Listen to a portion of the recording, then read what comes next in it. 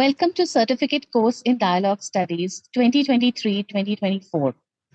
We are very fortunate to have with us Dr. Yuksel Alp Aslandogan. I will just introduce you. Dr. Aslandogan. Yuksel Alp Aslandogan is the Executive Director of the Alliance for Shared Values, a non-profit organization that promotes bringing together citizens of diverse backgrounds around shared values of humanity. Local partners of Alliance for Shared Values focus on interfaith and intercultural dialogue. Prior to his current position, Dr. Aslandogan served as the board president of the Institute of Interfaith Dialogue in Houston, Texas. Dr. Aslandogan is the co-editor of Muslim Citizens of the Globalized World, Contributions to Interfaith Dialogue, and the co-author of The Messenger, Prophet Muhammad and His Life of Compassion, published by Blue Dome.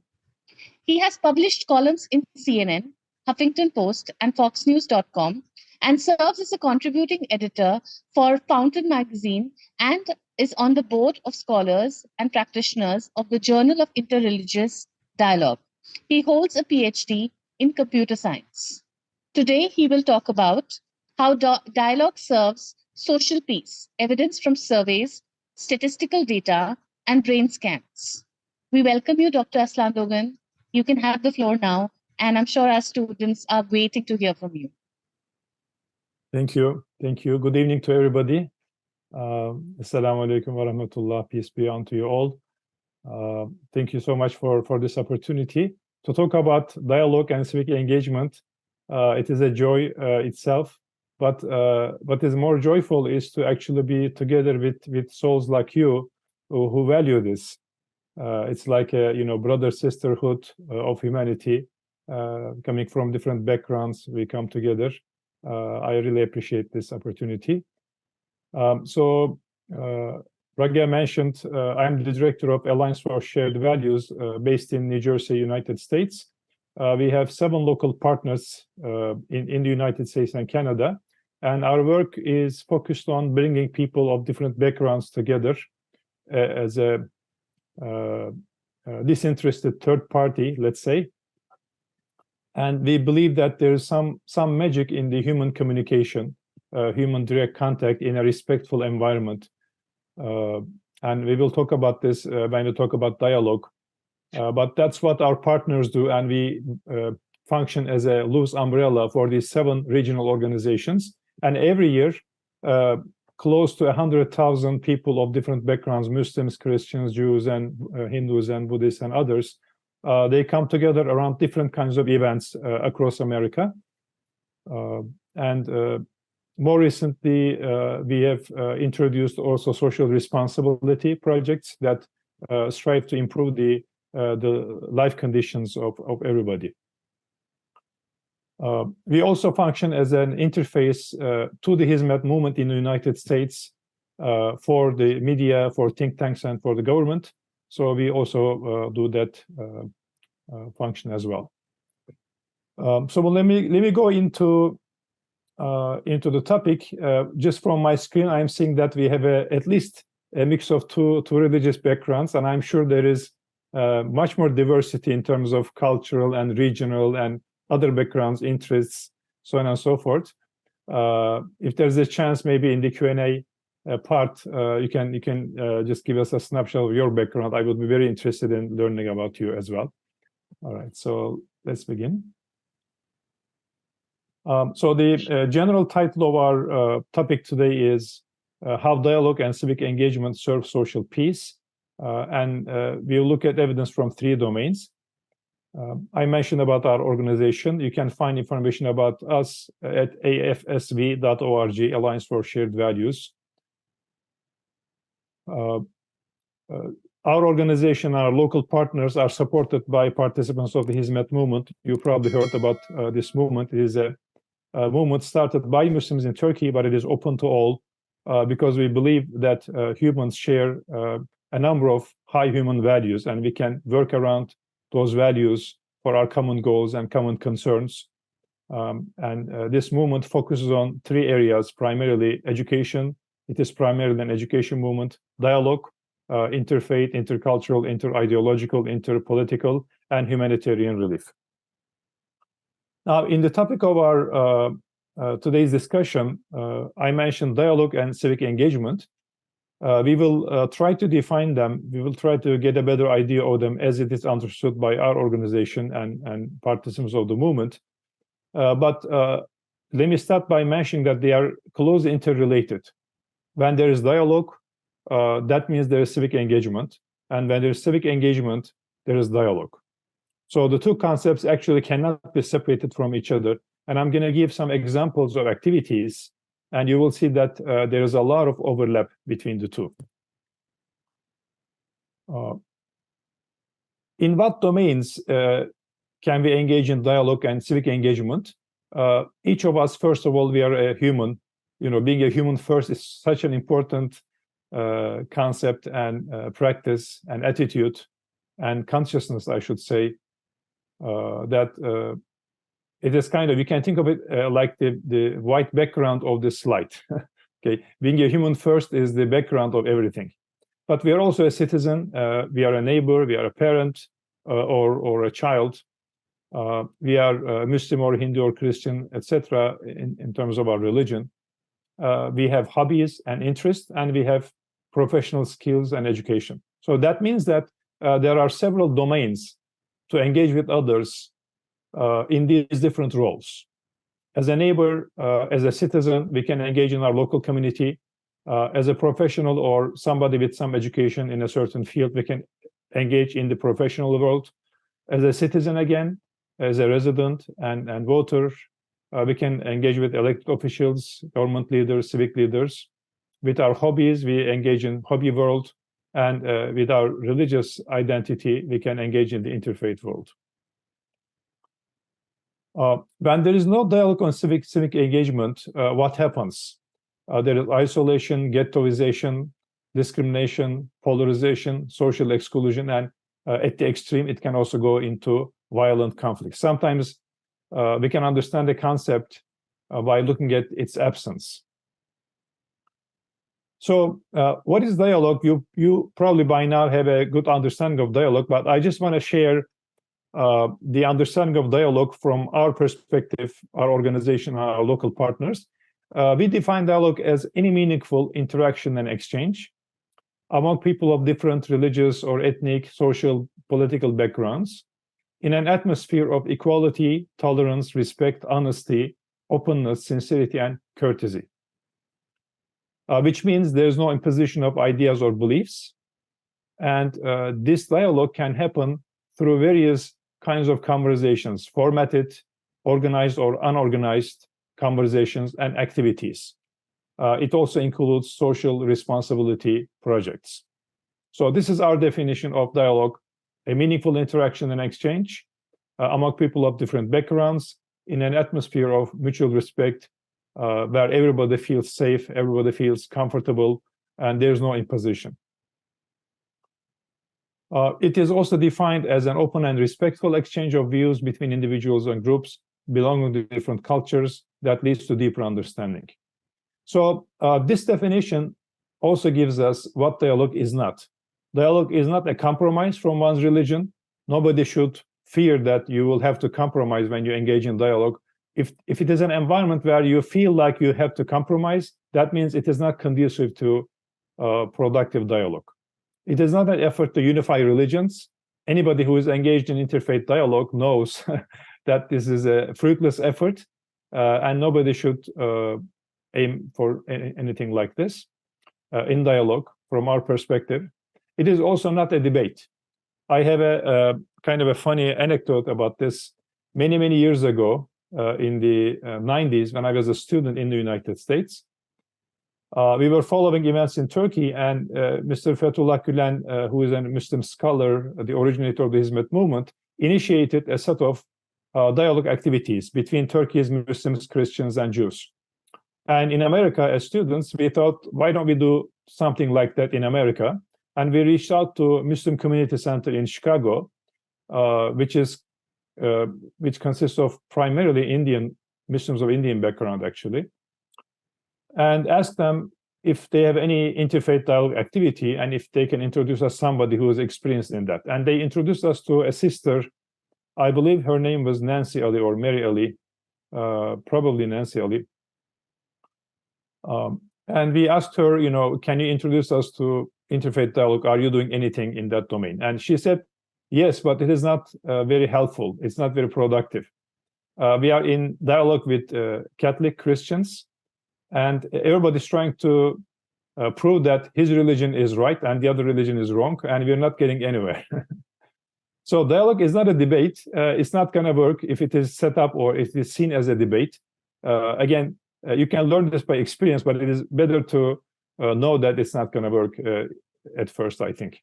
And also, dialogue is not a conversion effort. Now, sometimes I get questions and objections to this from people. If you have embraced a religion, of course, it is natural, it is very human to think that that is the best religion, and other people should embrace that religion. There's nothing wrong with that. That is the reason you embrace that religion. There are people who believe that there is the best religion for everybody, like everybody's best religion may be different. There's a group of people who believe that, and I respect that. But also a very large group of people on earth belonging to different religions think and believe that theirs is the best religion. Okay? So it is natural for a human to wish that the other person would embrace their religion. There's nothing wrong with that. But try to use dialogue as a platform for conversion doesn't work. It is not productive at all. It doesn't get anywhere. So in America, I tell my Muslim audiences that in America, there is apathy, there is a kind of a rejection of even inter-Christian proselytization, because some of the Christian denominations in America don't see others as real, true Christians, so they try to convert Christians into their denomination. So in America, there is a sensitivity among many Christians that if somebody tries to proselytize, convert somebody else, they want to go away from that context. So in this context, like a Muslim or people of another religion in America trying to proselytize anybody will definitely not work. Right? So in your heart, you may want somebody to embrace your religion, but this is not our aim in dialogue. Our aim in dialogue is to meet at shared human values, to meet at common goals, such as, you may believe that somebody is going to hell or somebody is going to disappear after that. That's okay. But let's not turn this world into hell. That's our goal. Let's keep this world as beautiful as possible, as good as possible for everybody. You may have different beliefs about what's going to happen after death, but let's keep this world as beautiful, as humane as possible. That's our goal. All right, let's talk about civic engagement just a little bit. I'm going to come back to dialogue, but just for comparison and to see the relationship, let's look at different definitions of civic engagement. According to Dr. Mary Hilton from Salisbury University, the process of connecting individuals in society with one another to share common interests and work for the common good. That is her definition of civic engagement. According to American Psychological Association, individual and collective actions designed to identify and address issues of public concern. This is a definition of civic engagement according to American Psychological Association, APA. According to a researcher from Pacific Stockton University in California, intentional intergroup interactions between community members and civic representatives to share perspectives, build common understanding, and identify and address issues of public concern. As you can see in these three definitions, the common threads are working for the common good and people working together. So you can summarize these three definitions as working together, people of different backgrounds for the common good. That is civic engagement. Another very popular definition defines it as, this is by Dr. Thomas Ehrlich, in an publication which is cited many times. If you study the literature in civic engagement, you will see this. He defines it as working to make a difference in the civic life of our communities and developing the combination of knowledge, skills, values, and motivation to make that difference, promoting the quality of life in a community through both political and non-political processes. So civic engagement is not just political, it is also non-political.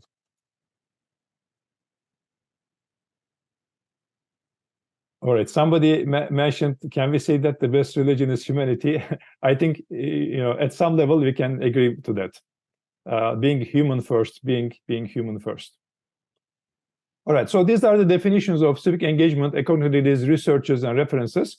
There is a definition by a researcher which is, I think, very valuable for us, definitely, also for people like you who live in India, because this professor, Ashutosh Varshney, studied India, especially the ethnic and religious conflicts in India, and he defined civic engagement in two categories.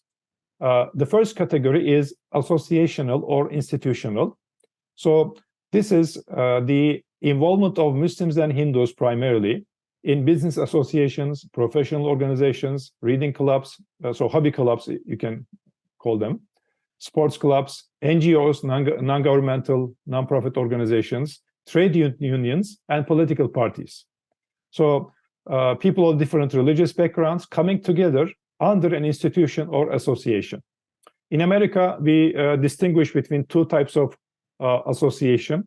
If they have incorporated themselves, they become a legal entity, so we call them institutions.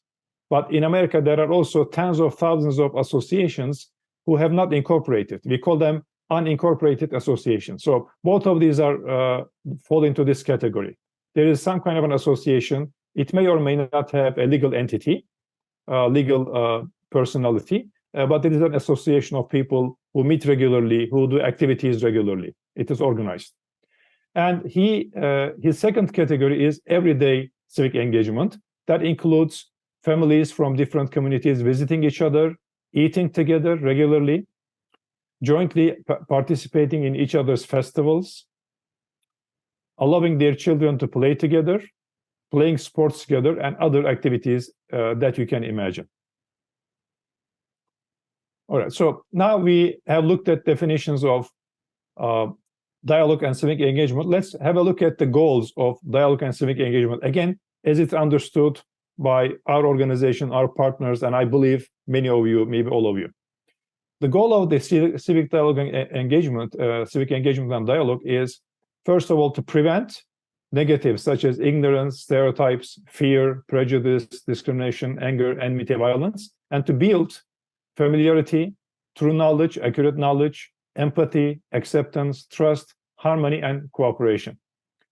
As you can imagine, the list on the second column is not possible when the list on the first column is there. So this is a process of both cleansing, elimination, and also building. To build, we need a clear foundation. So both of them have to happen together. You can also view this as inverting the pyramid of hate. You might have seen this concept before. The pyramid of hate describes how hateful actions, attitudes, and perspectives go from mild to severe, end up in genocide. They start with biased attitudes, turns into actions of bias, goes into discrimination, bias-motivated violence, and ends up in genocide if it is not stopped at some point. So the goal in dialogue and civic engagement is to turn this pyramid upside down and replace it with familiarity, understanding, empathy, acceptance, trust, and collaboration. So these are the goals. You can also say the goal is to turn each other from labels to fellow souls. Because when people don't meet, they are just labels to each other, right? If I don't know you personally, if I have never met you, even over the Zoom, you are just a Hindu or Muslim or American or Indian or Turkish or whatever, right? So these are just labels. Do they tell me a lot about you? No, they tell me something about you, but they don't tell me a lot about you. They are just labels. And by now, especially participants of the Hizmet movement know this by heart, because most of the Hizmet movement participants are technically, they are Sunni Muslim Turks. or Kurds. There's a sizable minority of Kurds in the Hizmet movement. So they are Sunni Muslim Turks and Kurds. But we cannot go back to Turkey, like people like us who live in outside of Turkey. We cannot go back to Turkey. What's wrong? Turkey is led by now a president who is technically a Turkish Muslim, Sunni Muslim. So what's the problem? Because that president and his party value power over everything else. Their first value is power. Their first value is not religion. Their first value is not ethnic background or anything else. Their first value is power. So if somebody criticizes them, if somebody does not pledge unconditional allegiance to them, they are potential enemies or labeled enemies. So it doesn't matter if you're Muslim or Turkish. It doesn't matter at all. I cannot visit my family. My family is afraid to answer my phone calls. If my relatives were to die, God forbid, or it may happen later than earlier, I cannot participate in their funeral. And I have not committed any crime in my life, as far as I know. So what is wrong? Because they are not human first. So being Turkish, Muslim, Indian, Hindu, they work to some level, but ultimately they are just labels. Being human first, the values that you practice, that is what is important. So I sometimes invite my audiences to imagine the world.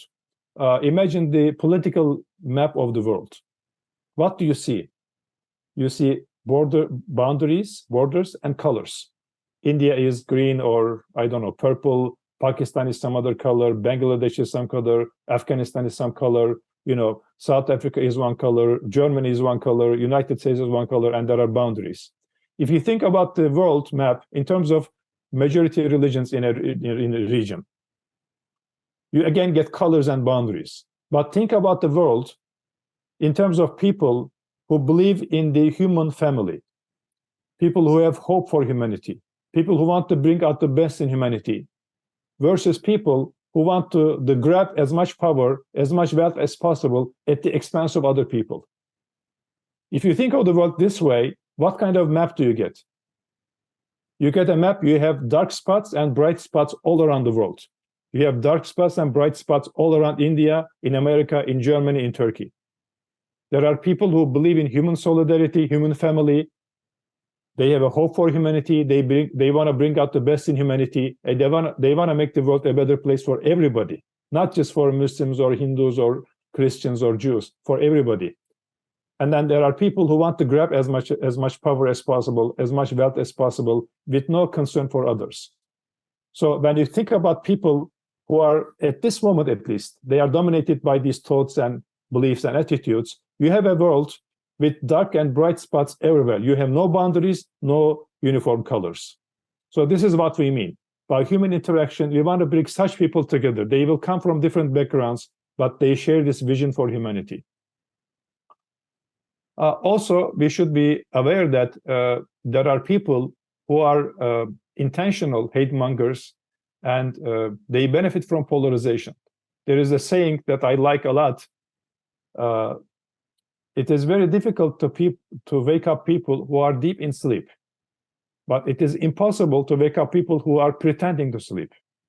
So we should be aware of such people. There are people who benefit from polarization. Their consciousness level is very low. They think that if they grab more power and wealth, they're going to be happy. They are under an illusion, but there are such people. So we should be aware of them. They will not be awakened because they are pretending to sleep. Their consciousness needs to be raised. That is another work. That will take a lot of effort. So we should be aware of such people, and we should be connecting with people who are open to a higher level of consciousness. All right. Let me just mention a few activity examples and a few reminders, and then we go into the evidence that dialogue and civic engagement actually work to improve social peace. So in dialogue, example activities include visits to each other's places of worship. In Houston, where I lived for a while, there is an institute. Now it's called the Dialogue Institute of the Southwest. They have been hosting a class by a university for some time, their spring class on interfaith engagement. So they had students from different religions. This center has a mosque in it. but they also take the participants in this class, the students in this class, to many different places of worship in Houston. They go to Hindu temples, they go to churches of different Christian denominations, they go to synagogues, Jewish synagogues. Visiting place of worship and listening to their practice, their beliefs, what do you believe in, what do you practice, how do you worship, what are your values. So these visits develop empathy and understanding, but there is a way to do this more productively than otherwise. If a visit happens with the knowledge and the approval and the announcement of the leader of that place of worship, that is much more productive, rather than just knocking on the door and stopping by. That may sometimes cause problems. Anyway, family dinners and iftars during Ramadan, group dinners and iftars, guided conversations where people come together for a dinner or tea, but the conversation is guided. For instance, you can have a stack of questions. Everybody can answer a question from their background. Everybody listens to that person, next person. And then in the second half of the conversation, everybody can comment, reflect on what other people said. Like an example of a guided conversation. There are like many tons of formats for such conversations. It can also be unguided, just free-form conversation. Sometimes people value this more than guided conversations. Luncheons, breakfasts, book clubs, or hobby clubs, you can call them, panels, workshops, seminars, symposia, and trips. Trips are very valuable because for a few days, or maybe a week, or 10 days, or 2 weeks, you get to spend most of your day together. Besides the sleep hours and absolute necessity hours, you get to spend your time together. So that leads to much deeper understanding, much deeper empathy to spend some days together. And also social responsibility projects are excellent venues for dialogue. There are some fallacies, some reminders that we need to keep in mind that prevent people from engaging in dialogue, or if they engage with inaccurate, improper attitude, then they may lead that dialogue effort to be unproductive. Okay, so if people think they will have to compromise from their religious sensitivities, they don't engage.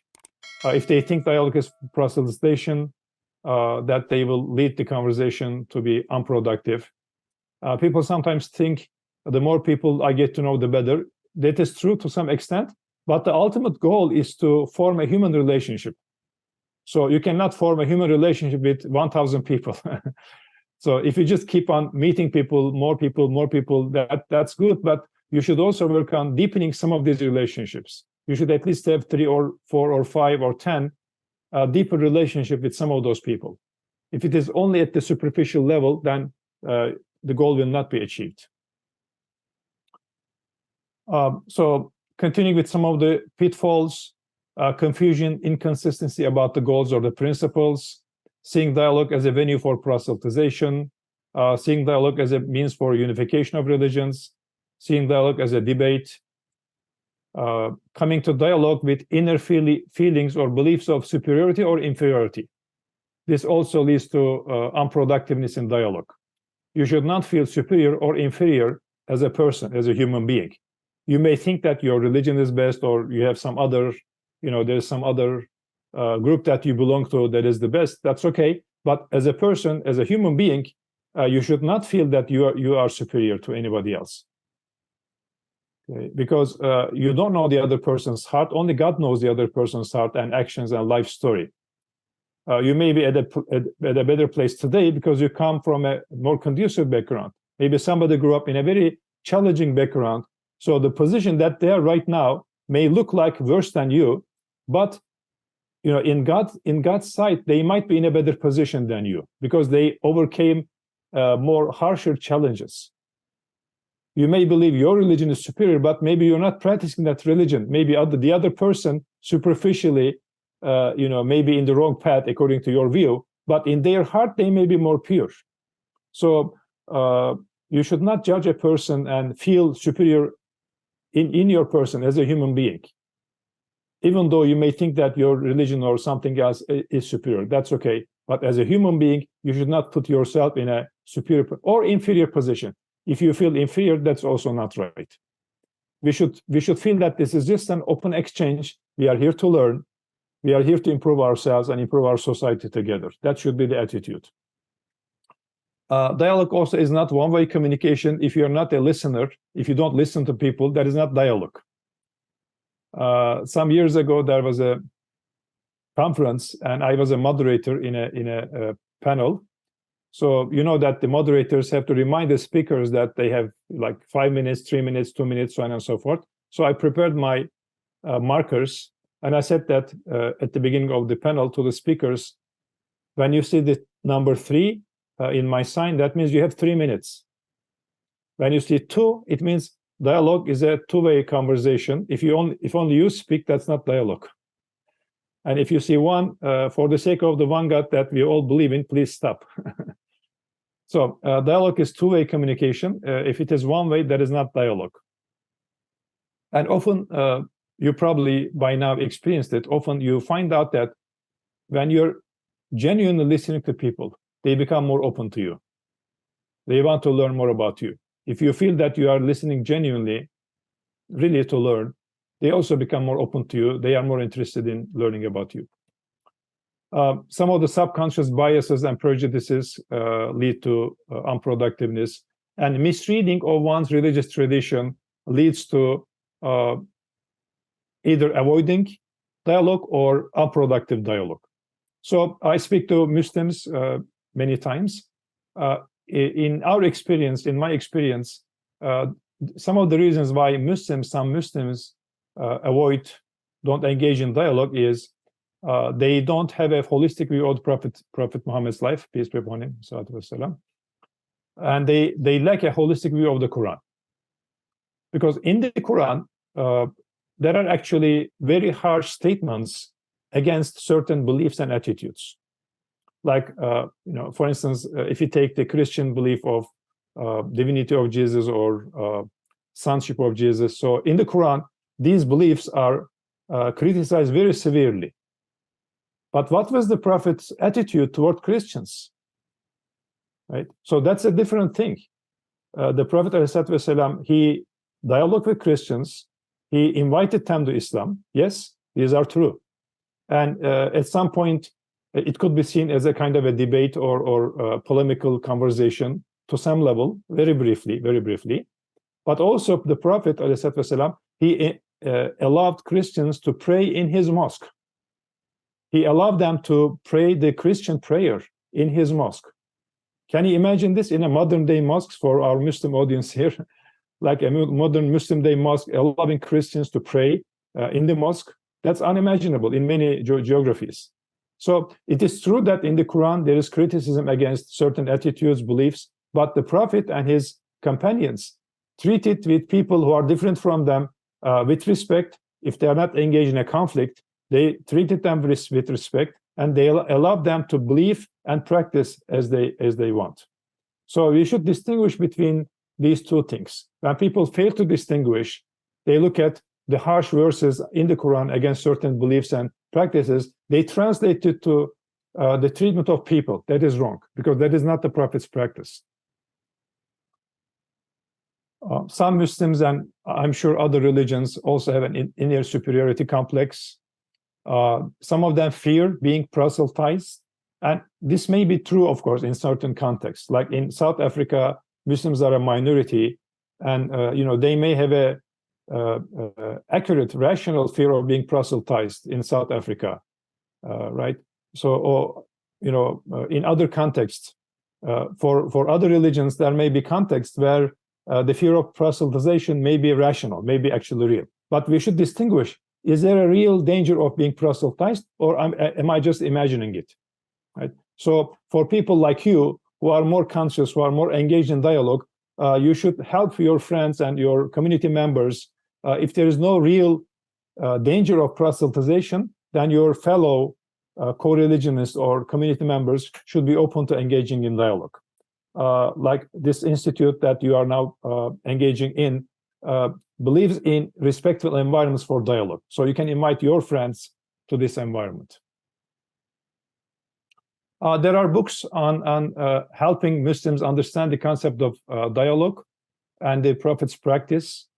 So one example of a book that I co-edited that was mentioned in introduction is a book on a part of the life of the Prophet Muhammad, his engagements with Jews in Medina and the mushriks, the polytheists in Mecca. And there we see that the Prophet Muhammad engaged in the Jews of Medina throughout his lifetime with respect, besides the exceptions where there was a conflict. There were many Jewish tribes in Medina, and the Prophet Muhammad, he engaged with the Jews of Medina on many occasions. He visited their places of worship and schools. He visited their homes. He was invited to their homes. He went to their homes and ate their food. So he treated them with respect besides the conflicts, right? In peaceful times, he treated them with respect. And when there was a conflict, he distinguished between the people who practiced enmity toward Muslims and people who remained friendly to Muslims. So in Medina, there were Jews who betrayed the Muslims. They betrayed the agreement that they made with the Muslims. They were punished.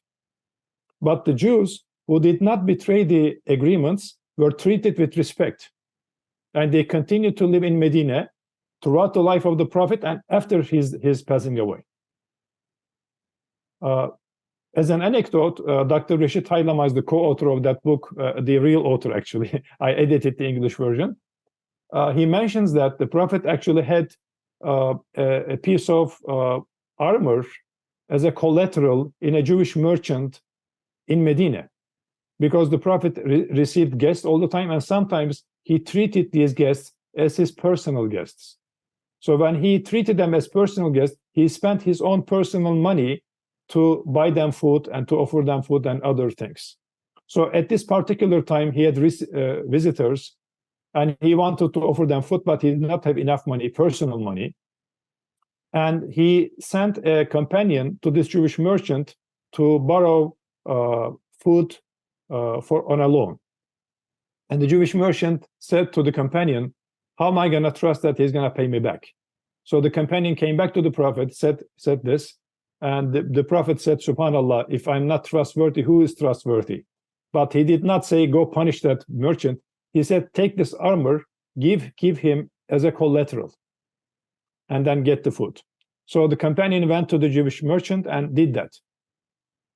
So Dr. Reşit Haylama asked this question: wasn't there a single Muslim in the city of Medina who could give enough money to the Prophet so that he could buy food for his guests?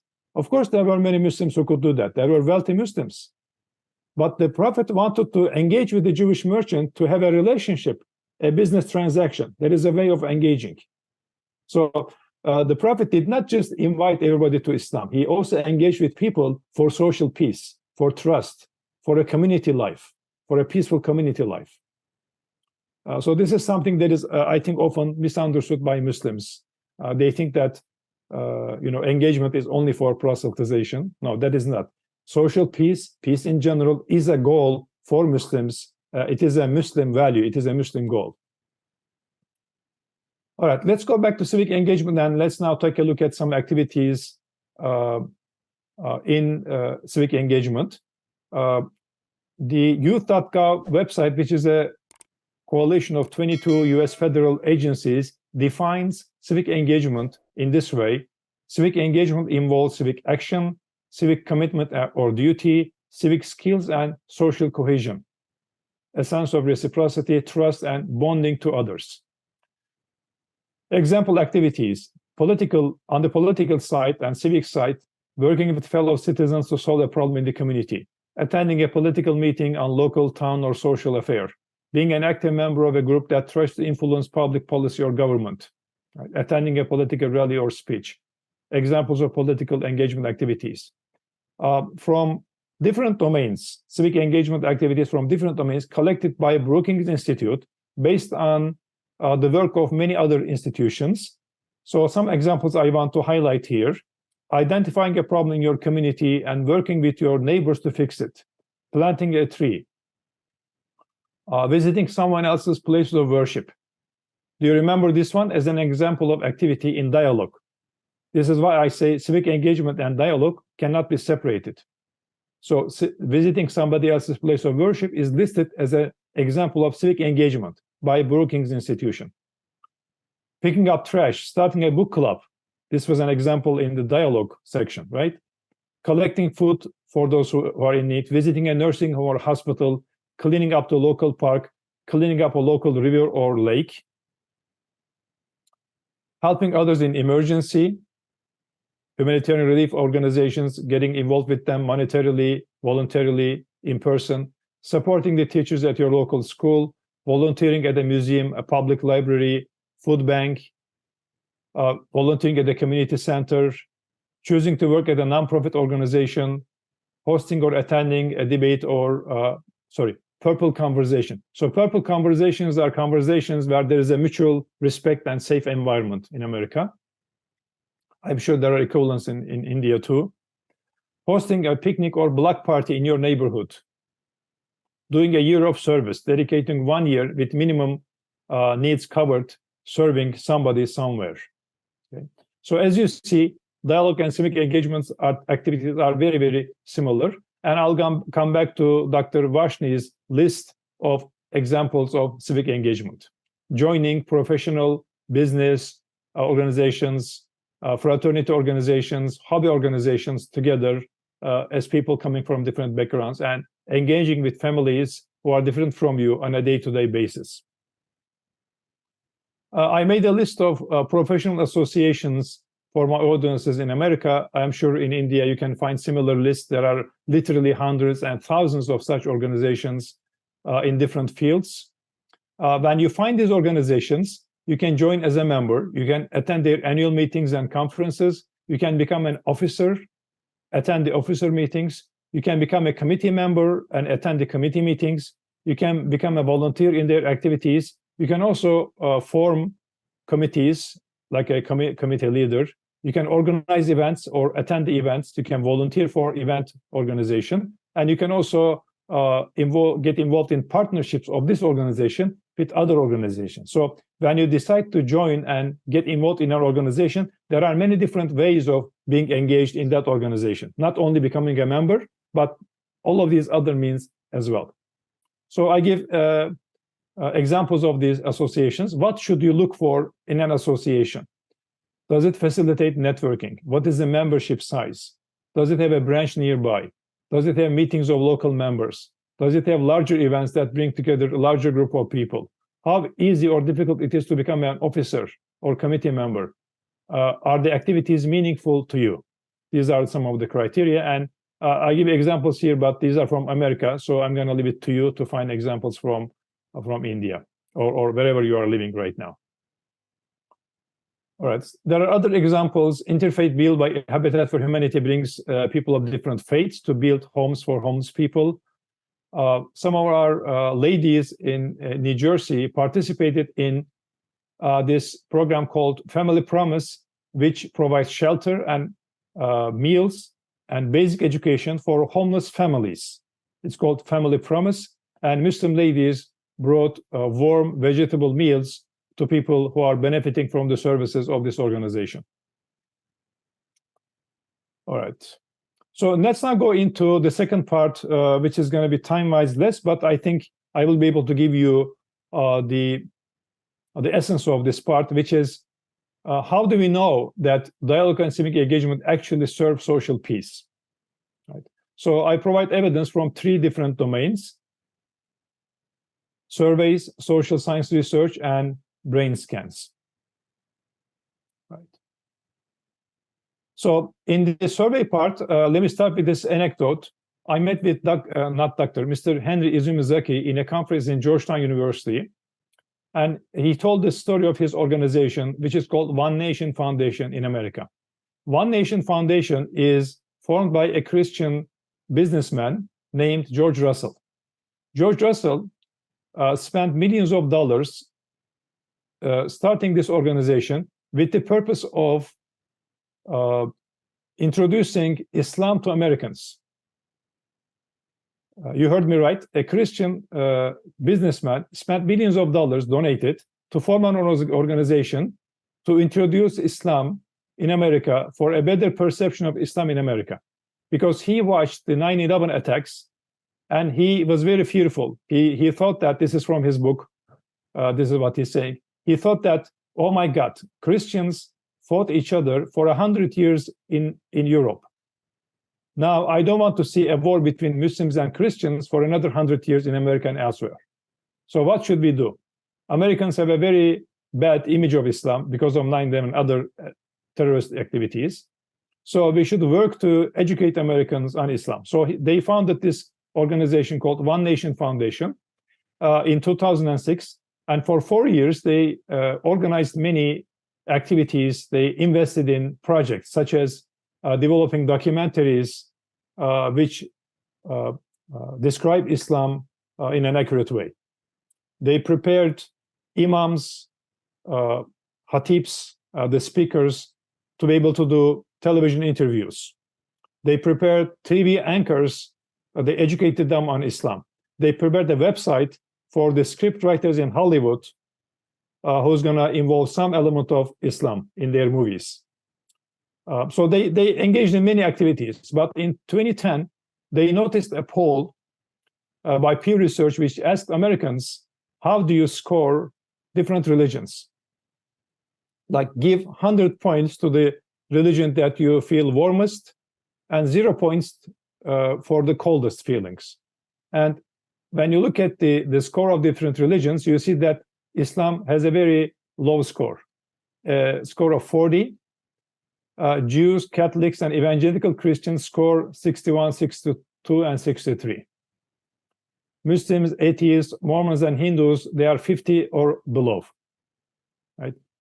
So if you break this down further, according to Democrats and Republicans, Muslims score a little bit better in the Democratic participants. They score 47, atheists 46, Mormons 44, Christians, evangelical Christians 53, not so good among the Democrats, Hindus 54. Among the Republicans, Muslims score lowest 33, atheists 34, Hindus 47, Buddhists 49, Mormons 52.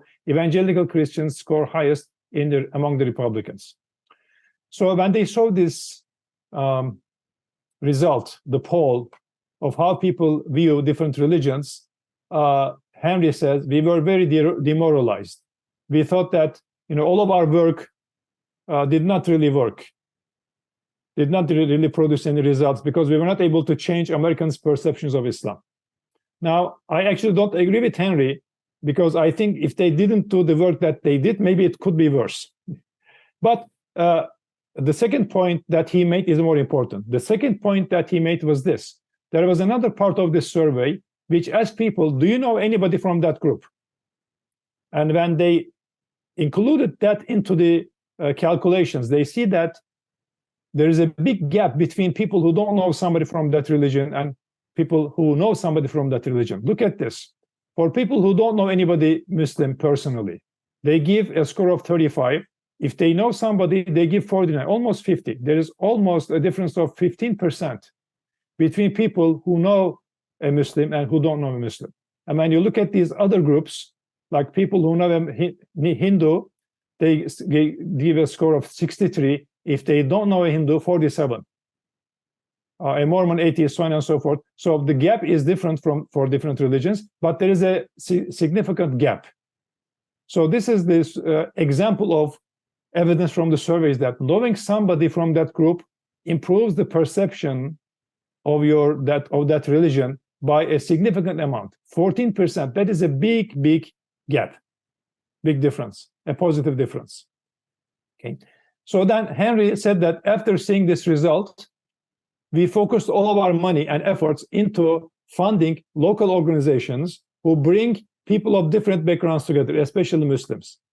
We funded local organizations in Chicago, in New York City, in Los Angeles, local organizations who bring people of different backgrounds, Muslims and Christians and Jews and so forth, together in those localities. So we dropped all of the other activities, channeled all of our remaining funds into supporting local organizations, bringing people together. And if you look at the literature, you will see other examples of the positive impact of people meeting with each other. Another interesting anecdote is shared by Dr. Ingrid Mattson, who is the former chair of Islamic Society of North America. Dr. Mattson is a Canadian Muslim. she grew up as a Catholic, then became an atheist, and then became a Muslim, and then became a professor of religion, professor of Islam. And for some years, he led the Islamic Society of North America. She says that in this interview available on YouTube, conducted by Pennsylvania State University. You can find this video on YouTube. She says that when Americans are asked, what kind of neighbor do you want or you don't want? They say that they don't want a Muslim neighbor. But Americans who have a Muslim neighbor have the most positive image of Islam among Americans. So when they are asked, do you want a Muslim neighbor? They say no. Why? Because they watch the TV, they watch the news. But when they actually have a Muslim neighbor, they have a human interaction, and their perception of Islam improves significantly.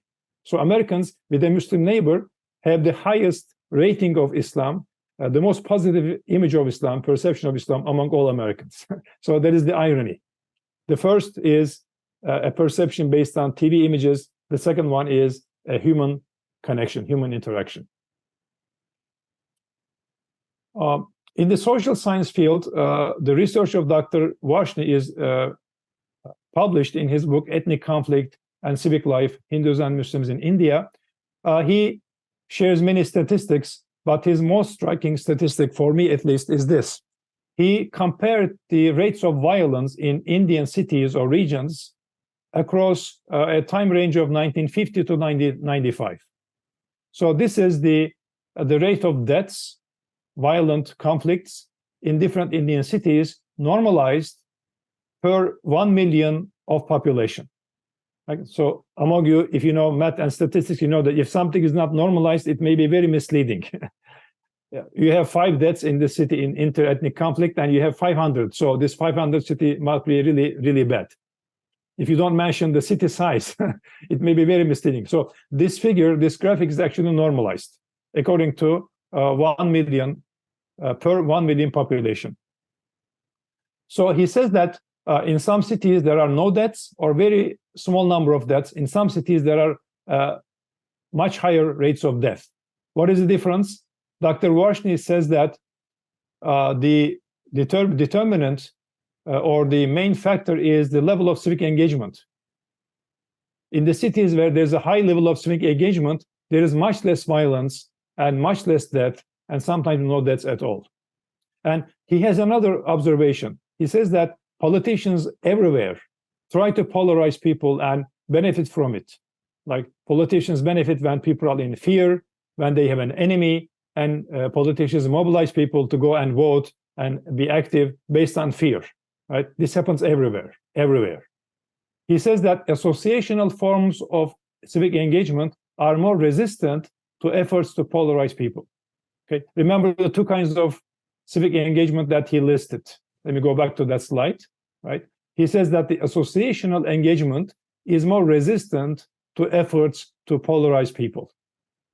Okay, so Dr. Varshney's research in India actually is the second kind of evidence showing that civic engagement actually helps social peace, reduces inter-ethnic, inter-religious, or inter-something violence. Now, the third kind of evidence comes from neurology, okay? And I can talk about this in more detail, but I'm just going to give you the summary. In summary, this research has these findings. First of all, our brains are constantly gauging people for whether they are friends or foes, enemies. And our default category is enemy. So by default, we see people as potential enemies. That is how the brain works from birth, that people are different from you, maybe your enemy. Anyone perceived different from your friends in group triggers the threat response, fight, flight, freeze, or scream for help kind of response, putting the nervous system into fight or flight mode. We have less empathy for others than in our in-group. So when we see people as member of an other group, we have less empathy for them. Our brains are predisposed to fear those who are different. So at the early years, at the childhood, if you think about it, this has a positive role because little children should be very cautious toward people who are different from them, right? So that actually serves a function. But as they grow up, they should learn who are the real threats, who are not the real threats. And some fear conditioning is learned through personal experience and then through social learning. Right? Some people actually go through personal experiences and they generalize it, or they learn through media, they learn through TV, they learn through friends, they learn through social gatherings and the rhetoric in those gatherings. So this kind of strengthens the threat response in their brains against people who are different from them. Now, on the positive side, rewiring of the brain is possible. Rewiring is possible. Although you may have a threat response in your brain towards certain groups of people, brain is plastic. It can be rewired. To rewire the brain, we need to reframe and disassociate the fear with those groups and with those identities. And the most important point is the last point. Personal interaction with people from other groups can actually rewire your brain. I want to show you this picture, and I'm going to conclude with that in a few moments.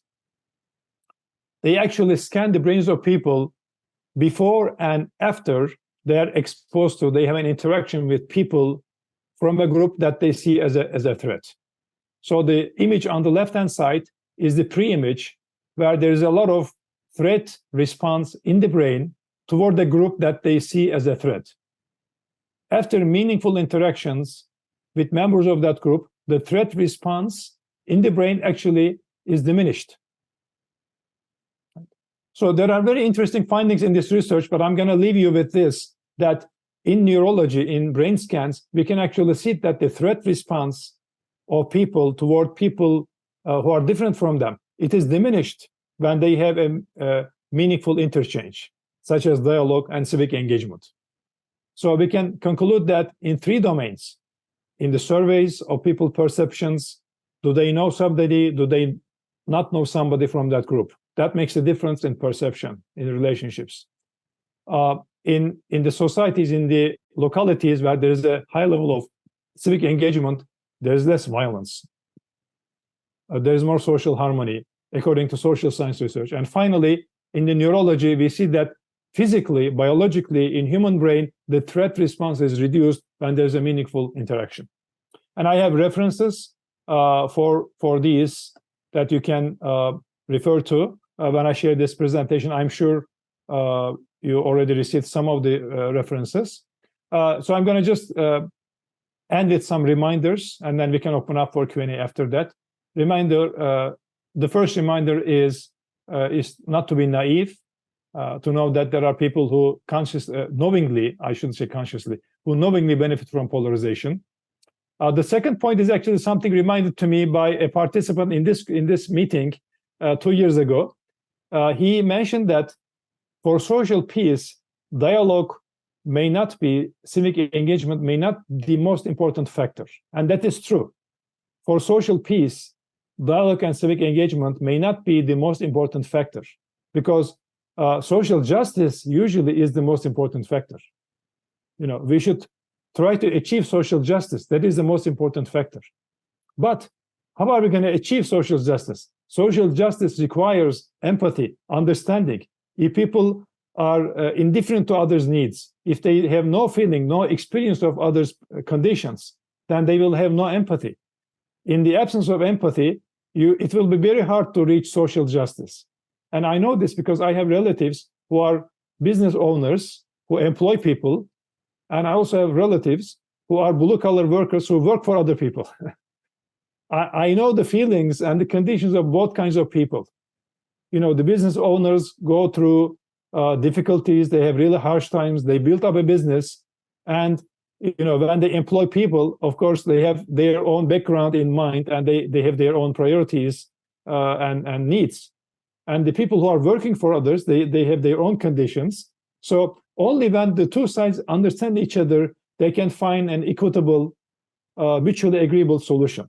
If they have no experience of the other party, then they cannot reach a consensus or a compromise. So it is true that social justice is the most important factor, but dialogue and civic engagement can help achieve social justice by developing empathy, by developing understanding, so that when the union workers and the company owners sit at the table, if they can feel the other's condition, if a company owner, if a wealthy person visited a poor person's home, saw what they ate, what are their conditions, they will be more open to a more equitable agreement.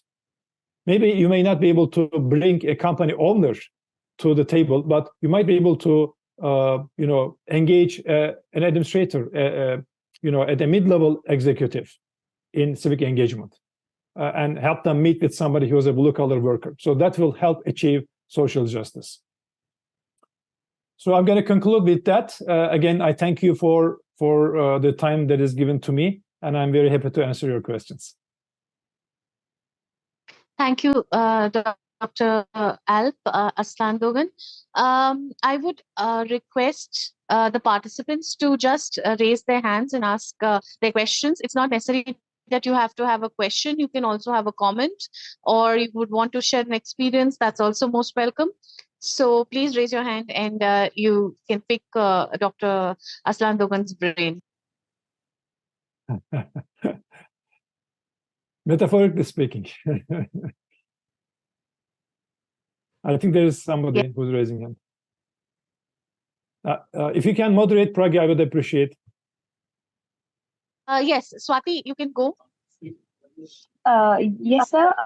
Thank you so much for this enlightening session. It was really fresh, really new. I just want to understand how would you differentiate between civic engagement with civic culture? Mm-hmm.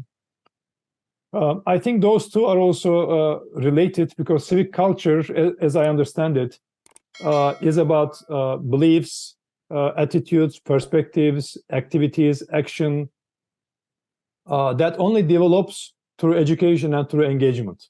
So the civic culture, the ideal of the civic culture is to see everybody as equal, to believe that you have a responsibility to act as a responsible citizen and to work with others to improve the society.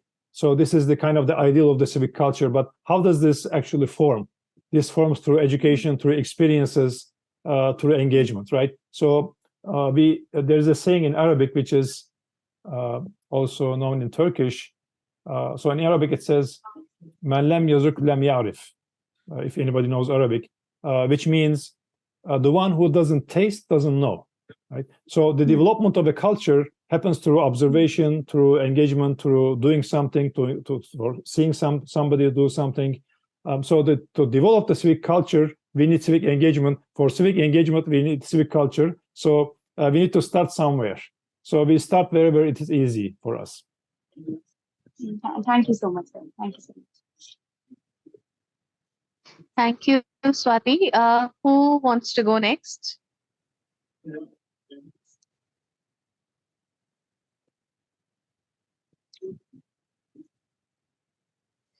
Yes, Sonal, please. Hello. I want to ask, you have mentioned one thing during the presentation, that for this purpose you need to have people with higher consciousness. But don't you think in nowadays it is really difficult to find such people, where people are actually, some people are there, those who think that their religion is superior. They're not easy, and they're not ready to accept things, and they're not ready to, that bring the change in their thought process and level up their consciousness. That's right. Very, very excellent question. So I think the answer is that we should not see people as a monolith. So a person is not a racist. A person has racism in their mind, may have racism in their mind. A person is not a supremacist. The person may have some supremacist thoughts or beliefs or attitudes in his mind, in his, at the biological level. For the feelings, attitudes, and the beliefs that we have at the biological level, we actually have neuron groups that are connected with each other. At the soul level or personality level, there is something else going on which is harder to investigate scientifically. But in our spiritual traditions, of course, we have a lot of literature that talk about that. So, but if you just think about it at the biological level, basically for every attitude, for belief or habit that we have certain neuron groups that developed over time that are connected with each other that represent that attitude or belief or habit, right? So which means that it can be changed.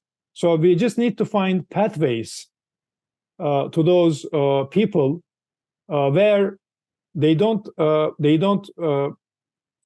exclude right away. They don't shut the doors. We find the opening. We find a window. We find an opening, and when we enter through that opening, it is possible to rewire the brain, as we have seen in the evidence. It is possible to rewire the brain, but we need to be intelligent and smart in finding pathways. If we say we're going to bring Muslims and Hindus together for an interfaith conversation, somebody who is a supremacist or racist or has a big fear is not going to come there, right? But we can say we want to clean up our environment, and this is open to everybody. Everybody can come here.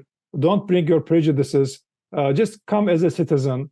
We're going to improve our park, our environment, and we're going to make sure that this is a safe environment. Okay, it is very important for everybody to have a trusted third party, right? You may have a hate or fear toward the group, but if there's a trusted third party, you may say, yeah, we can come together under the organization of this person or group. I have a personal experience with this. We have been organizing trips from America to different countries, Turkey and South Asia and Africa and Australia, so on and so forth. In one of the trips, one of the participants from America, from a Christian group, told me this. He said, Alp, in this group, we were, this Christian group, this Christian group, this Christian group. Normally we don't talk to these people. He said, these are marginal groups to us. We don't talk to them normally. But in this trip, because you organized this, we participated, we began talking, and it was a good thing. We got to learn more about each other, right? So if you said we're going to bring, the Methodists and Presbyterians and the Baptists and so on and so forth, we're going to bring and Muslims and Hindus together, probably they will not come together. But we said we're going to organize a trip to this country. We will find out about the culture and the beliefs of this country. And this is an interfaith group, right? So we are there to learn about them. So we need to be smart about these things. We need to find openings, because even in those people, in most of them, in those people who have a racist attitude or supremacist attitude or fearful attitude or angry attitude, so on and so forth, there is an opening. I have another anecdote from Houston. You may know in America, there's a group of people who have a very, very negative image of Islam, especially in the South, in more conservative, Christian conservative circles. So a Muslim participated in a hunters group. So among the hunters, the conservative Christians are the majority, and they have a very negative image of Islam. So after a while, they said, you're a Muslim, but you're different. You're not like the others. Because they are just hunters. They are not, Muslim Christian. They are just hunters, and they get to know each other personally. So their attitude begins to change. So this is how the brain works. If they're able to be with one person, they may say, oh, all the Muslims are bad or all the Hindus are bad, but this one person, Sonal is good or Asna is good. If they meet another person, they begin to say, well, most Muslims are bad, but there are some good ones among them. And then at the next level, they will begin to say, well, it is not monolith. It is a mixed group. There are good ones and the bad ones. That is the ultimate truth. Like there are good ones and bad ones. Like not persistently good, but at this time they are dominated by good feelings and good attitudes or bad attitudes. They can change. So for those people that you mentioned, you're right that it's very difficult to involve them. We need to be smarter about it. Yeah. All right. Thank you so much. Thank you so much. You're welcome. Thank you, Sonal. Naim, you can go next. Thank you so much, Mr. Yüksel. It was a great lesson. As you know, Afghanistan, because of the decades of war in Afghanistan, people are dangerously ignorant. They know the Islam, They know that there is a brotherhood prevails in Afghanistan, but they are still in a conflict. They don't want to accept each other's. There are many tribes or nations, we can say, for example, the Turkmens are here, the Uzbeks, the Pashtuns also, and the other nations. They don't accept each other. Although there's not any black or white, not justice, but they can accept each other. And they're all in conflict together. They are just killing two brothers together. Two brothers are fighting together. The one is in the Taliban's side, the Taliban that, they are handed over the country's governance, and the other is a soldier. They are just fighting in front of each other. They are just killing each other. What can be the best prescribed for this kind of countries? Even they are Muslim, even they know everything about brotherhood or humanity. What could be the best prescribed for this kind of situations? Thank you. So that's another excellent example that shows us that these problems that we're facing, ultimately they are not about religion, they are not about ethnicity. I gave the example of myself, right? I'm Sunni Muslim Turk. I can't go back to Turkey, right? What's the problem? They are in the same religion, same ethnicity with the ruler of the country. Why can I go back to Turkey? It's because that is not the issue. Often religion, ethnicity, and other divisions, they are very convenient fault lines to polarize people, to mobilize people, because they are very easy, right? You are a Muslim, somebody else is Christian, somebody else is Pashtun or Turkmen or Uzbek. Very clear lines. So it's very easy to polarize and mobilize people. So people use that. Of course, there is the accumulation of past atrocities, right? So what can be done in different contexts is different. What you can do in America, in India, in different cities of India, in different cities of Afghanistan are different. What we need to know that these are ultimately psychological issues, issues about the consciousness level of people, issues about the suffering of people, the past suffering of people. I think, understanding human psychology plays a big role here. Why people act the way that they behave. The ultimate motivators of human behavior. I think everybody who are engaged in dialogue field, in the civic engagement field, ultimately all of us should have some understanding of this. What are the ultimate dynamics of human behavior? Ultimately, it's not religious difference, ethnic difference, because you find that even if, as you mentioned, they are all Muslim, but now they find other differences, either ethnic difference or religious group difference, Sunni versus Shiite, or among the Sunnis, the Salafis versus the others, and so on and so forth. I sometimes joke with my friends. So I am ethnically Turkish. I am quarter, 25% Bosnian, but mostly Turkish. So on my father's side, they are ethnic Turks. But among the ethnic Turks, there are different groups. So my father belongs to the Yörük group. And Yörüks always boast that they are the best Turks. And then among the Yörüks, there is the group, these are nomadic Turks historically.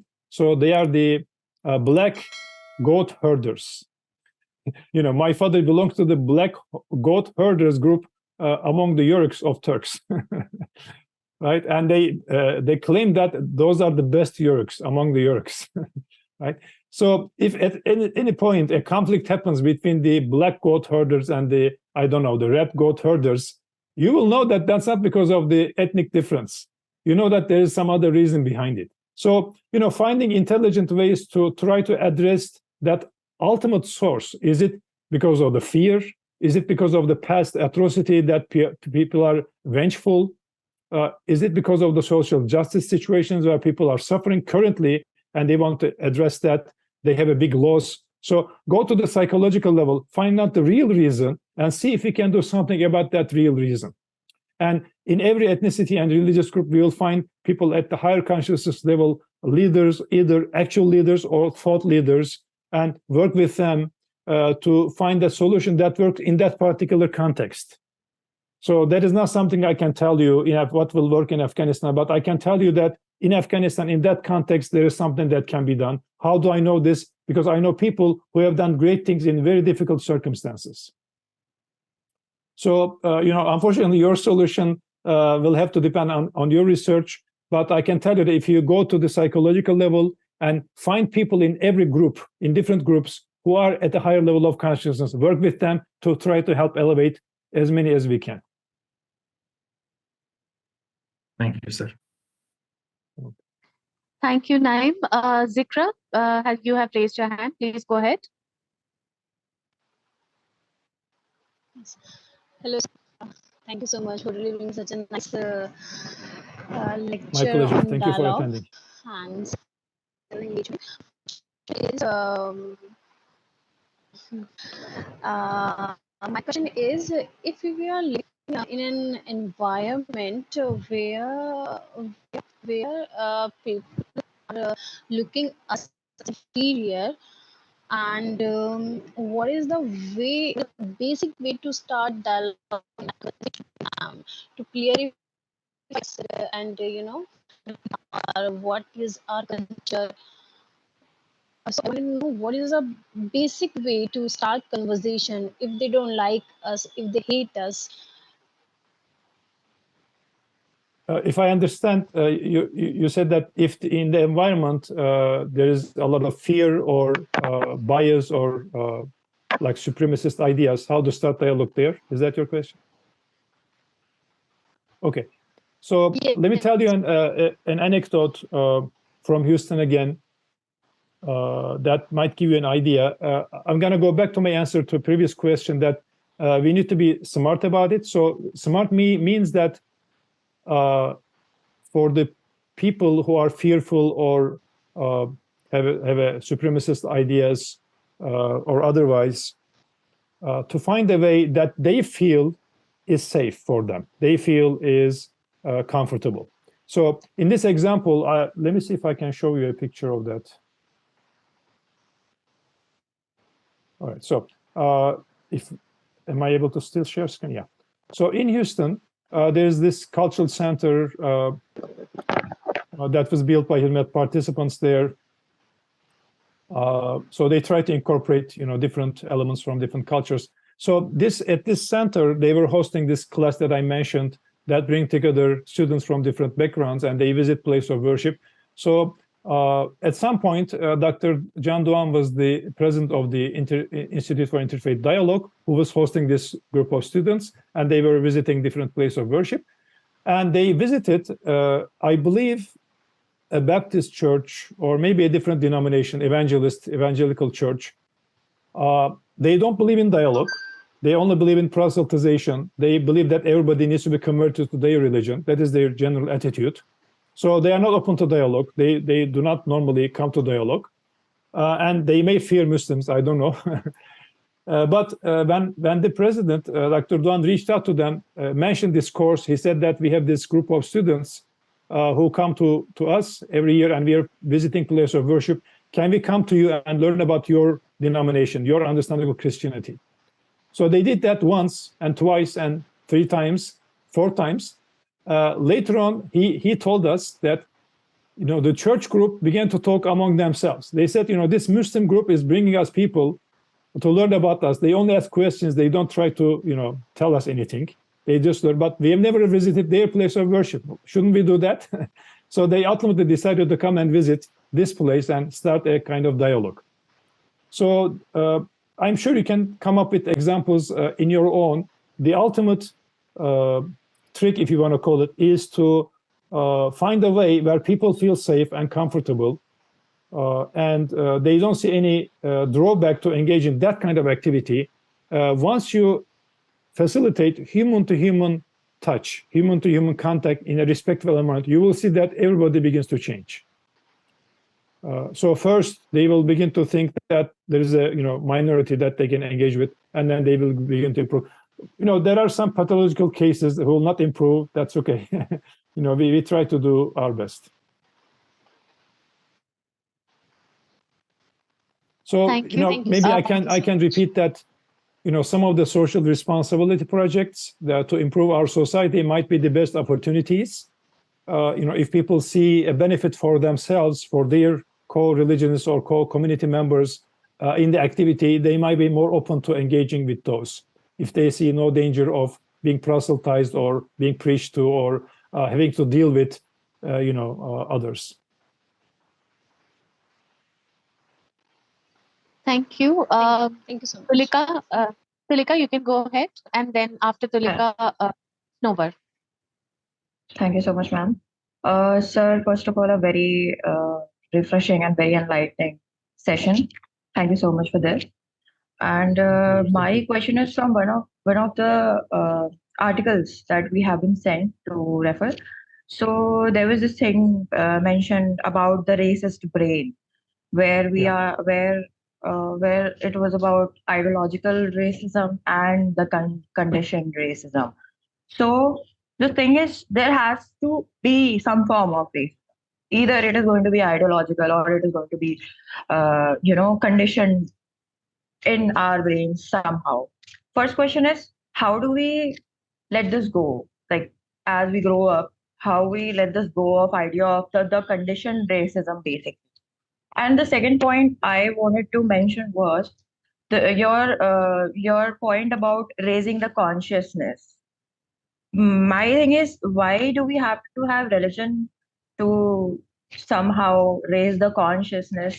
I believe my consciousness does not have any idea what religion do I belong to. And if we talk about the universal consciousness or the individual consciousness, as far as I know, I might be ignorant or something, but how would that be related? Raising the consciousness, would be related to following or not following, being an atheist or a theist or maybe agnostic? How would that play its part? See, I'm very skeptical when it comes to this topic, but I would really like to have your point of view about this. Yeah, another excellent couple of questions.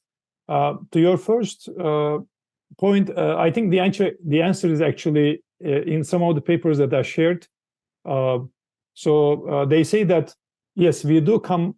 We are born with a brain that has a tendency to bias, and in the early ages, it does fulfill a function. So it is not useless. It is not bad necessarily. It is for protection of a helpless little child from potential danger. So what is not productive is to maintain this bias through your life, through social learning, conditioned racism. Of course, the solution, the first step is awareness, right? If you are not aware of it, you will not solve it. So can we raise awareness? That is the first thing that we do. And this awareness often happens when people realize this in an unrelated context, or in a context when they don't suspect that this is going to be the topic, right? So let me give you an example from again, my experience. When I was working as a graduate student in a lab at the University of Illinois, Chicago, I had a lab co-researcher, let's say, named Chuck, who was a white Christian American, and he was married. They just recently purchased a home, and then they had a housewarming party. So they invite friends to just open their house to their friends, in a sense, housewarming party. So he invited me. I went there, and he began introducing me to his friends. And he's saying this is Alp he's from Turkey, so on and so forth. And one of the guests there, his friend, what he said, I never forgot, because I was also very surprised. So when he met me, Chuck said, this is Alp from Turkey. And this person said, this was probably 1993 or 4, so like 30 years ago. 30 years ago. He said, he used these words, oh yeah, you watch all those movies and you think they cannot be all like that. This is what he said. After learning, I'm like Turkish Muslim, right? So he said, oh yeah, you watch all those movies and you think that they cannot be all like that, right? So that was his first, I think, awakening realization that he had the stereotype. He had this biasness in his mind, pre-existing biasness. The increasing in consciousness or awareness of the unproductive, unhelpful biases or stereotypes that happens often through experience, through again meeting people, seeing virtuous, worthy people from a group that they see as a threat, like for whites meeting somebody from black or vice versa, or Muslim, Hindu, Christian, so on and so forth. It is impossible to separate the experience from learning. The best learning actually is through experience. And, the research shows that the rewiring is possible. Yes, we come with a brain that is potentially racist, and we do social conditioning, but we also have the plasticity. We also have the opportunity to rewire the brain. So that's what we're trying to do ultimately.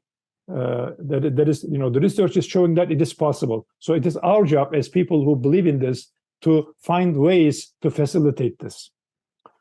In terms of maybe I'm not sure if that answered your first question, but let me answer the second one, and then you can come back if you need a follow-up. What is the role of religion? Religion, yes, it can be polarizing, but if you go back to my previous point, it is not ultimately religion that is polarizing, because religion has, it has texts, it has practices. The holistic understanding, I think, is the key. When you have a holistic understanding, you can put pieces together. You don't cherry pick. Religion becomes polarizing when people cherry pick parts of religion. They pick what the prophet or what some teacher said or did, or what somebody who's famous did or said, but they already made up their minds. They are not interested in what is the intent of the author, what is the intent of God in this revelation, or what is the intent of the author in this text or in this action.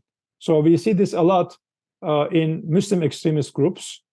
They cherry pick Quranic verses or the sayings of the prophet, and they use it for a purpose. They have already made up their mind. If you study those groups, you find people who have suffered a lot or who have seen their communities suffered. So because of that suffering, they have already determined that there is an enemy. We need to find this enemy in this way.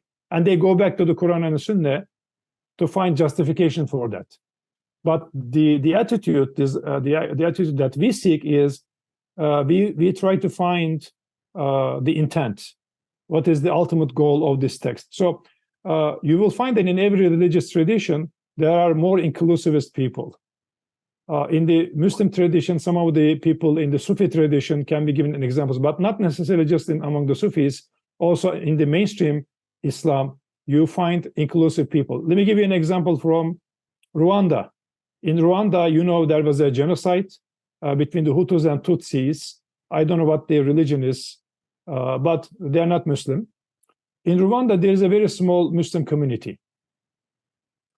And when the Hutus were butchering Tutsis at the beginning of the genocide, a group of Tutsis sought refuge in a mosque in the very small Muslim community in Rwanda. And you can find about this in the literature, in the news. So the Muslims said that these people sought refuge in our mosque. And the Prophet ﷺ protected people who sought refuge in him or among the Muslims, whoever they are, doesn't have to be Muslim. So these are, in Islam, we say amana, a trust. This is a trust for us. So the Muslims there said to the Hutus, no, we're not giving you this group of Tutsis, because this is amana, trust. So religiously, they protected this small group of Tutsis. Now, when they did this, they risk actually being annihilated themselves, because they are a small group. They could be killed also along with the Tutsis. But they said, this is amana, we're going to defend them at the risk of losing our lives. So this is an example where religion actually plays a positive role to protect life, right? So it is not ultimately religion, but again, it is ultimately psychological. How people use religion, understand religion, ultimately it is psychological. So our goal should be to identify those psychological elements and to bring about the best in religion, to bring about the best in the person, to help serve this common goal.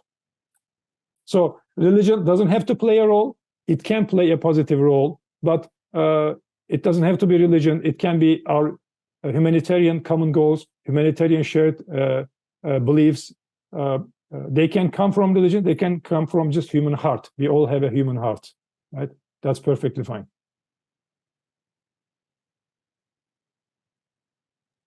I hope that I was able to address to some degree. My point is even more clearer now. Thank you so much for it. Sure. Thank you. Sanovar, you can go next. Good evening, everyone. I'm Akshamlar Bain. Ban Snowbird.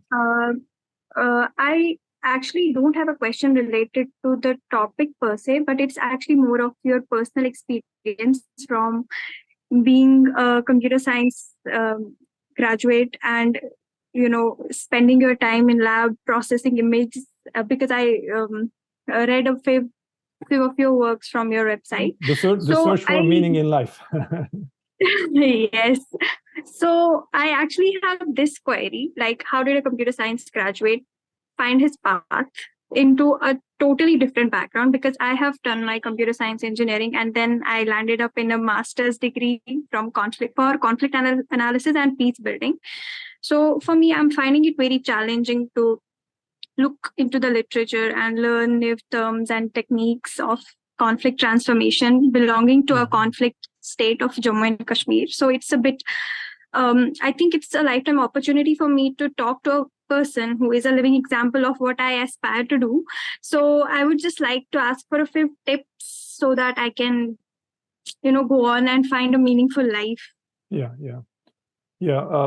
In my story, I graduated, I got my PhD, and I became a professor of computer science, worked at some universities. I worked for a company also for a while before I graduated. And I served as a professor. Later, I was involved as an administrator in the founding of a small college in Houston. So I started this career roughly 10 years, 11 years after I started my computer science career, actually 13, 14 years. And I don't regret any of that, because in every field, there are things you can do. In my computer science career, I was working on two projects. One was improving education with the help of computers. And the other one was improving diagnosis of certain diseases, skin conditions, skin cancer, using computers. So if I continued that path of research, I believe we would have helped also people. So I don't regret any of that. But this opportunity came. I was invited to serve as the director of this foundation, and I found it meaningful. So I made a judgment at this point in my career. I already became an administrator. I was not a professor or researcher anymore. Do I want to be an administrator at a purely academic institution or at this institution which does meaningful things? So I made that choice. I continue still to teach as an adjunct for a university. So I did not completely stop my computer science career. So I think a combination of the two is possible for everybody. If you work a full-time job in a field, there are things you can do in that job. And of course, there are things you can do outside of that job in your spare time. Some jobs leave you very little spare time, I know that. So in that case, you can consider a job change or a group change. But this is the decision that you make continuously. It is not a one-time decision in your life. But I can tell you this, that especially around the time when I made my decision, many professionals struggle with that. Because after some years, you begin to ask, okay, I made a living, I provided for my family, but if I were to die today, did I make a difference really? Right? So you ask this question, so you find the way that satisfies your heart. So for me, that was that combination. For somebody else, it could be another combination. It could be they remain as a professor or an engineer or doctor or veterinarian or shopkeeper, blue-collar worker, and then they do these on their spare time in weekends and so on and so forth. As long as you listen to your heart, I think your heart will tell you what is the best path. Thank you so much. Thank you, Snober. Zikra has another question. Zikra, please go ahead. Yeah, thank you. So you mentioned two books in your lecture. Can you repeat the name of the books? I missed the name of the books. I'm so sorry for that. The one that I was a co-editor, is that what you're talking about? Or some other book? Sir, I wanted to know the name of the books you mentioned in your lecture. The Prophet and his life in Medina. And so Oh yeah, this book is The Messenger. you mentioned two books, sir. Yeah, the second book is The Messenger, Prophet Muhammad and his life of compassion. The main title is The Messenger. If you search with my name and Messenger, I think you should be able to find it. That book is not a complete biography of the Prophet, but it focuses on how the Prophet ﷺ dealt with the mushriks in Mecca and the Jews in Medina, but especially the mushriks in Mecca. For those who know the Islamic history, they know that the mushriks, the polytheists, the idol worshippers in Mecca, they have done everything possible under the sun to Muslims. They tortured them, they killed them, they drove them from their homes, they confiscated their property. You imagine they did it to Muslims.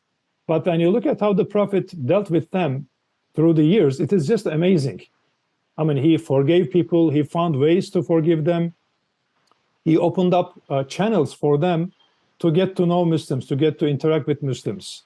He sought peace agreements under very difficult conditions, very harsh conditions for Muslims. Some of the Muslims protested. They protested the Prophet for accepting certain conditions. Amazing. But in the name of peace, the Prophet accepted very harsh conditions and forgave people who have done really, really, undescribable things to Muslims. Because he believed that even in those people, there is some good that can be nurtured.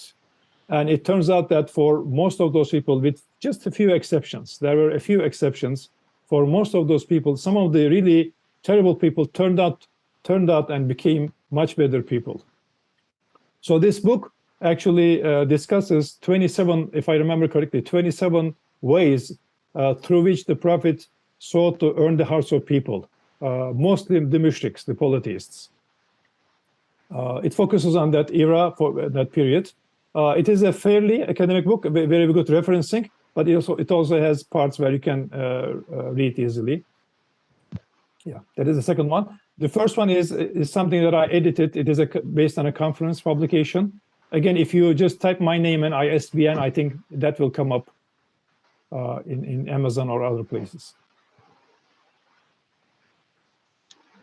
All right. Thank you. Thank you so much. Thank you. Saida Sukena has a question. Please go ahead. Good evening, everybody. Sir, I have a question. Like, sir, you discussed whatever. Like, your entire focus was on how positive interaction and dialogue between different communities leads to social peace. Sir, my question is, if this interaction or dialogue is not done in a more sensitive or more responsible way, can it also lead to reinforcing our differences and become counterproductive? Yes, very, very good. I should first clarify that our title says dialogue and civic engagement serve social peace. They by themselves may not lead to social peace. We should be aware of that. There are big issues, big problems in many places around the world. Dialogue and civic engagement may not be sufficient to solve those problems. But dialogue and civic engagement always help solve those problems. So, as an example that is very well known among Muslims, think about the Palestinian-Israeli conflict, right? So, just to think that dialogue and civic engagement will solve that problem is to be naive. No, it's not going to solve that problem, but it will help solve that problem. Even if it doesn't help, even if that problem in general is not solved, there are local solutions that help save lives on the ground. There is a group that I just learned, a group of Muslims and Jews working in and around Israel and Palestine. They work with Israeli authorities and Palestinian leaders so that they facilitate the treatment of sick Muslim children in Israeli hospitals. So the Jewish part worked with the Israeli authorities to allow for passage through the checkpoints and for the treatment in the Israeli hospitals. And the Muslim part, they facilitate the transfer of these children to Israel. So are they solving Israeli-Palestinian problem? No, but they are saving lives of children. So we should keep this in mind. We won't be able to solve, Kashmir problem or Afghanistan internal conflict or Israeli-Palestinian. We won't be able to solve it dialogue alone, but they will help. They will help ultimately by developing empathy, etc. Now, in your question, can you repeat this? Maybe if you can repeat the question for me to better. Yes, sir. Sir, what I was trying to say was like if this dialogue or this facilitation of interaction between two communities. Can it be counterproductive? Yeah, sorry. Yes, I remember now. Yes, it is absolutely possible. My example from Chicago, you can remember that as a counterproductive dialogue. When it is thought of as a debate, it's going to be counterproductive. If some people come there with the motive of proselytizing, it's going to be counter-interactive. If there is lack of sensitivity to people's sensitivities, people's priorities, or people's beliefs, it can be counterproductive. So the best way is to actually organize these as a diverse group. Like what you should be careful about. Like in the meeting room, are there any offensive symbols, right? What we're gonna read or talk about, are there things that can be offensive to people? So I think first learning the pitfalls, as I mentioned, the fallacies and the pitfalls of dialogue and civic engagement, learning about them, and then organizing the event, if possible, with the participation of different representatives, so they can alert us to sensitivities among those people. I think that can be helpful. I can give an example for this also from my Houston experience. In Houston, the Turkish American Hizmet community built or were building an interfaith center where there is a mosque, church, and temple, Jewish synagogue, that are modeled after actual buildings that are in Turkey. And the purpose is for this to be an educational center where people from any religion can come and they can learn about these religions by seeing their place of worship. You can always go to a synagogue or church or temple and ask to visit, but people feel sometimes uncomfortable doing that, like actually seeing a real community or meeting with real community. They may be hesitant to do that.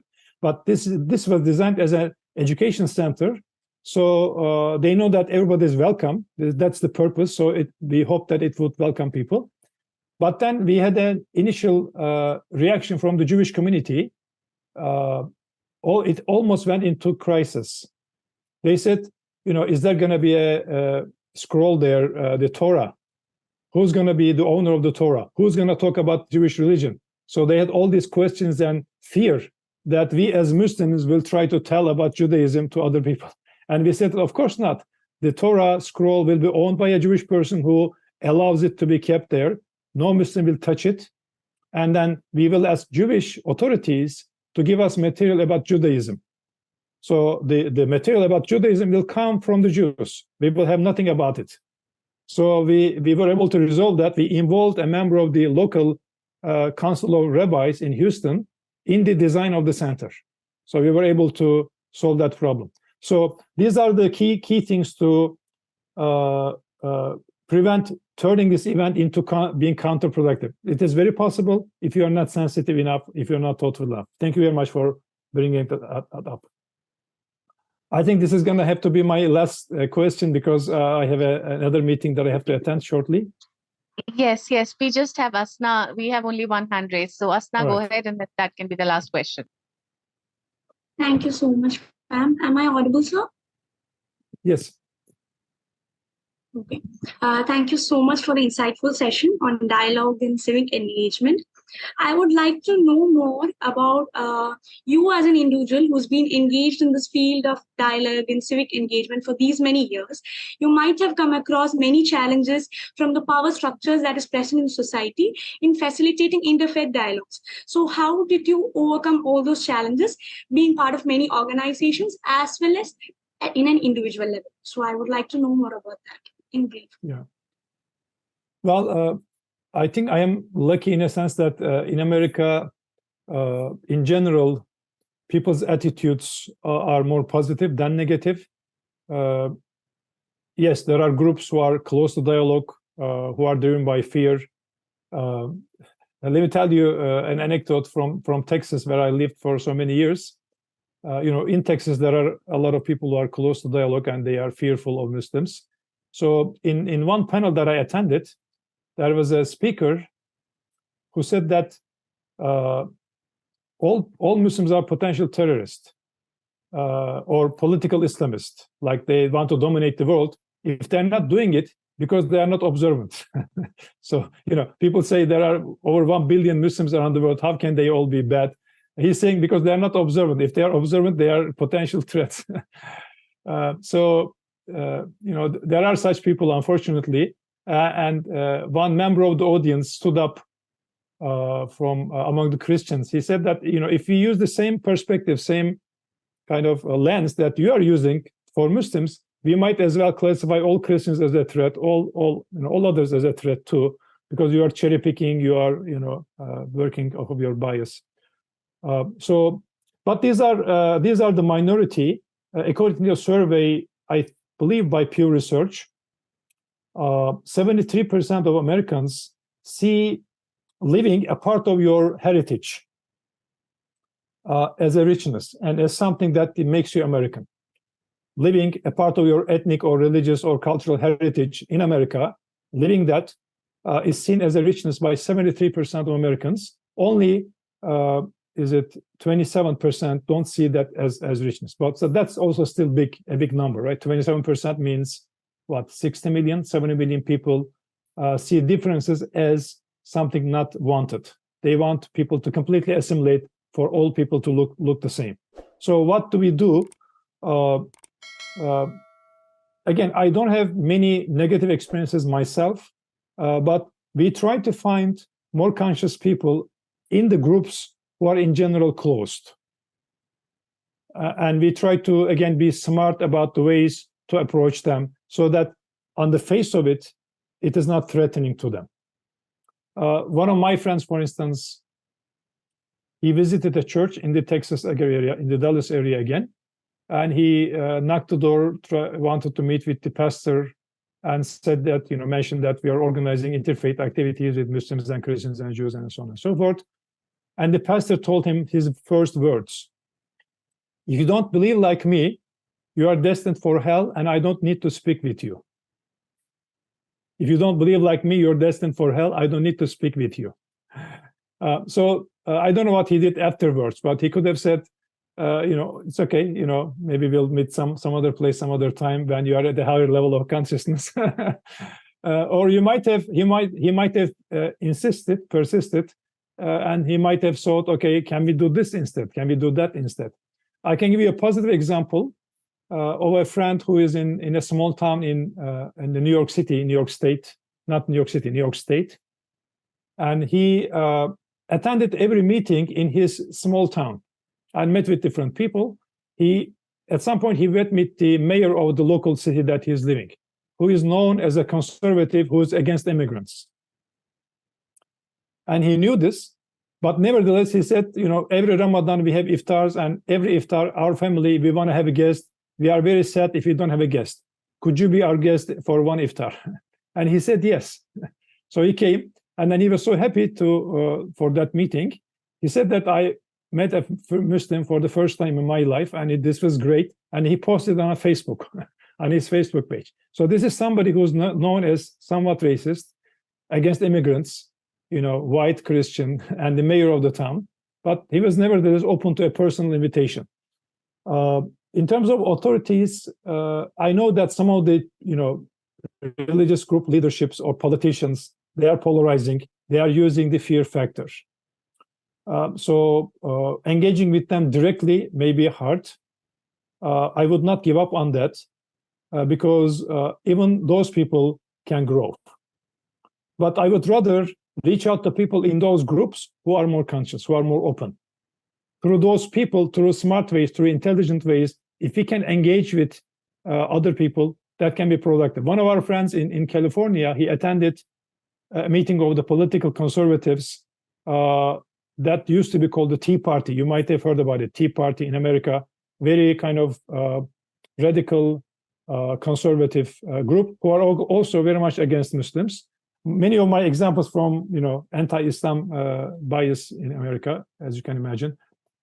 So he attended the meeting, and the speakers talked negatively about Islam, fear-mongering. And then at some point, he was a member of the party, and he actually had conservative beliefs, like fiscal or social conservative beliefs. He asked for a possibility to speak, and he spoke to the group. He said that, you are painting all Muslims with single brush here. I am a Muslim. I am a member of this party. I share many of your values. Don't treat them as a monolith. There are people among them like myself. Don't exclude us. Once he said that, some people in the meeting said, oh, yeah, we should really listen to you. Can you talk about your religion, your beliefs to us? So, just finding ways to reach people who are more open, who are not pathologically, closed. I guess that is the way. Thank you so much. My pleasure. Again, thank you for this opportunity. It is also my learning opportunity. So I appreciate your comments and questions in that respect.